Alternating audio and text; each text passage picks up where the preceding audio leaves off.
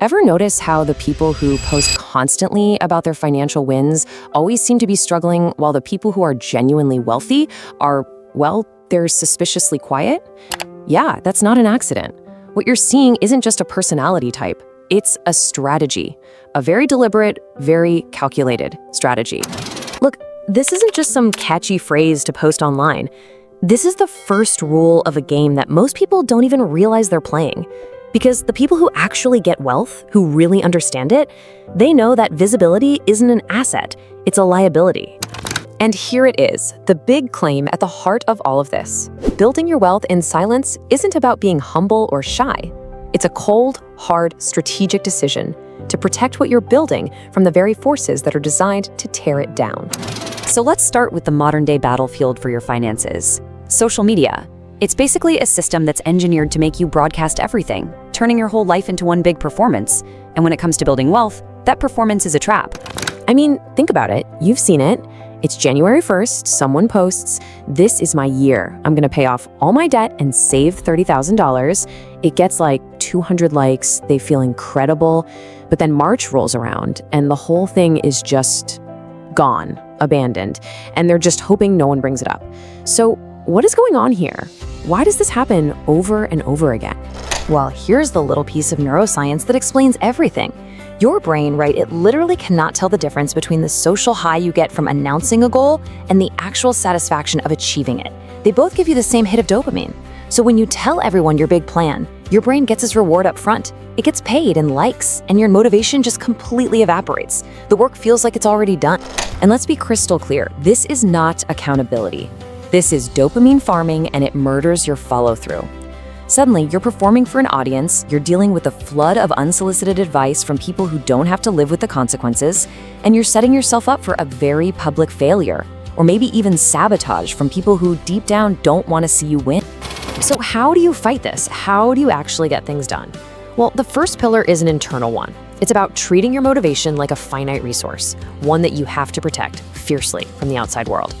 The solution is what we call silent goal setting.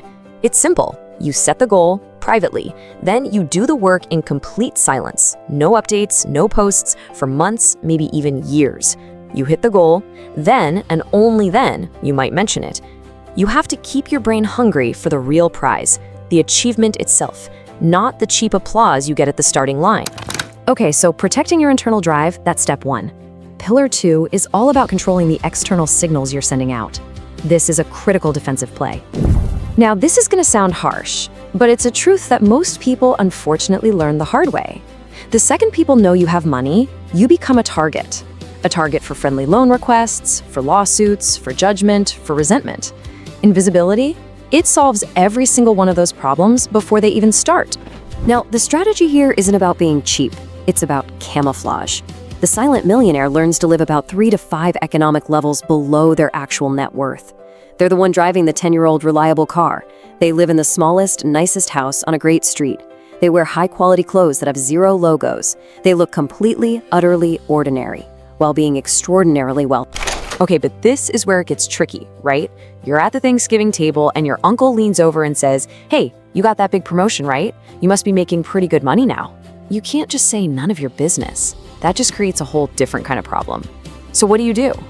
You master strategic vagueness. It's a simple 3-step formula. You say something like, "We feel really fortunate and the new role is going great. Hey, did you brine this turkey? It is incredible." See what just happened? You acknowledge them, you gave a polite but totally useless answer, and you immediately pivoted. They feel like they got an answer, but they learned absolutely nothing. And the last part of mastering your appearance is this: stop justifying your purchases. The moment you start explaining why you bought something nice, you're signaling guilt and you're looking for approval. You're also just handing over financial data.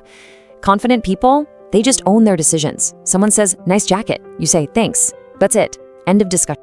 So, the first 2 pillars were all about your mindset and your behavior. This last pillar, pillar 3, is about building a machine. A system that makes privacy and wealth building completely automatic. Here's the architecture. It's beautiful. Your paycheck hits your account and a set percentage of it immediately vanishes. It's automatically transferred to your investment and savings accounts before you even see it, before you can touch it. You just learn to live on what's left. The wealth building happens in the dark, and it requires zero willpower, zero discussion. And the difference this makes is staggering. Take a couple trying to manually invest every month. They get stuck in debates and decision fatigue, and they manage to put away maybe $6,000 a year. Now take another couple who just automated the whole process. They saved the full $18,000 without ever thinking about it. That $12,000 gap, that is the cost of visibility and frankness. And this whole philosophy of automation, it extends to your big decisions too. You have to stop crowdsourcing your life choices. When you ask 10 people for their opinion on a career change or a big investment, you're not getting wisdom. What you're getting is a projection of all their fears and all their limitations. Why? Because they don't have to live with the consequences. Only you do. So after all this work, the silent goals, the camouflage, the automated systems, what's the actual payoff? It's really easy to think it's just about having a bigger bank account, but it's so much more than that. I mean, let's start with the money, because the math here is brutal. Just by avoiding the loan requests, the frivolous lawsuits, and all the social pressure to spend more and more, financial privacy itself becomes a massive asset. Over 30 years, its value can easily top $450,000. That's how much silence is literally worth. But honestly, the money isn't the real prize. The true asset you're building is freedom. It's the freedom from other people's requests and expectations. It's the freedom from their judgment, the freedom from the constant pressure to perform. It's the freedom to live your life authentically, and the freedom to make your own decisions without having to explain them to anyone. So this all really comes down to one final simple question you have to ask yourself, and you have to be honest, because you can't do both. One path is all about broadcasting a lifestyle to get validation from other people. The other is about quietly building a life of true, unburdened freedom. So the question is, are you playing to look wealthy, or are you playing to be wealthy?